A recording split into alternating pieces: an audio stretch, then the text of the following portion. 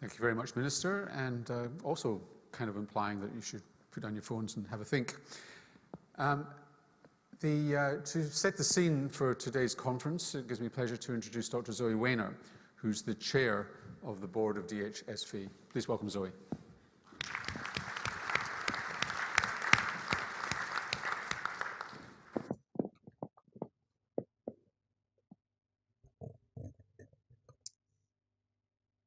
Thank you very much to Jamie and Waiapa for the introduction to today's proceedings, and thank you to the Minister for her messages. It means a lot that you're all able to join us today, and I'm really looking forward to what will be a very special day. I would like to acknowledge the traditional custodians of the land on which we're meeting today and pay my respect to their elders, past and present, and elders of the Victorian Aboriginal communities. Good morning, everyone, and welcome to the Dental Health Services Victoria Public Oral Health Innovations Conference, Engagement Matters. The conference is now in its 6th year and has become a significant event on the health calendar.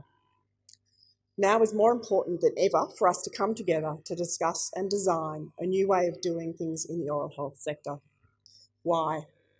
Because we, like the rest of the world, are facing a number of challenges. Our population is ageing. We have growing rates of chronic disease, technology is more expensive, and consumers expect more from us.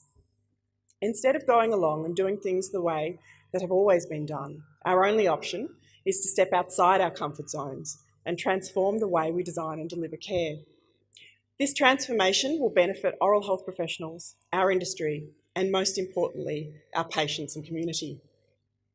Today's program focuses on how meaningful engagement with our patients, employees and partners will help us achieve our goal of improving health outcomes.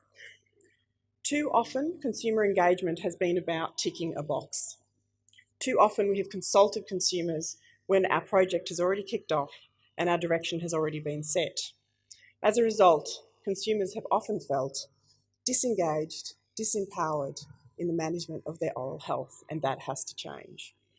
We also know that staff who feel respected, empowered, valued and listened to will provide high quality and safer care. We want everyone working in the oral health sector to feel heard and motivated to step up and improve the way we do things. When it comes to our move towards value-based healthcare, we have consulted with our staff, partners and consumers right from the get-go.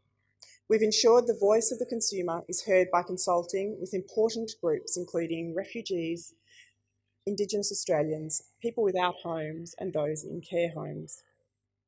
We've also ensured that the voice of the clinician has been heard by consulting with a range of clinical staff to analyse what is and isn't working with the current system and how we can create a more patient-centred and efficient future state. Through all this consultation, research and planning, we now have a clear picture of where we need to be. We are ready to press go on our transformation and I'm extremely excited about the possibilities. This change won't happen overnight, but it will happen and it will have a huge impact. I have no doubt of that, and not only for the oral health sector, but we are leading the way in demonstrating how care can be delivered to the entire healthcare system. Today, Deb will talk about where we are on our path towards value-based healthcare. She's going to paint the picture of how things will change for both our consumers and staff. Our consumers' experience is going to go from one of waiting and worry to welcome and safety.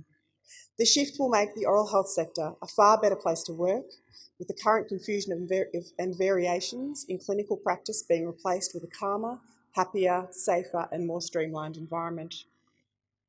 Today we're also going to hear about a range of topics from sugar tax to the use of emojis to engage adolescents.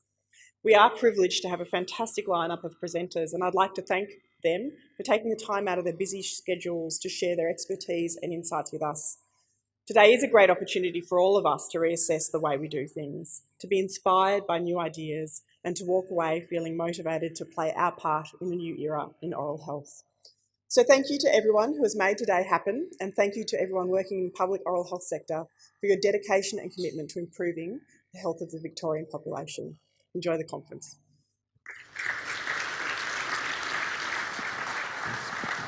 Thanks, Zoe.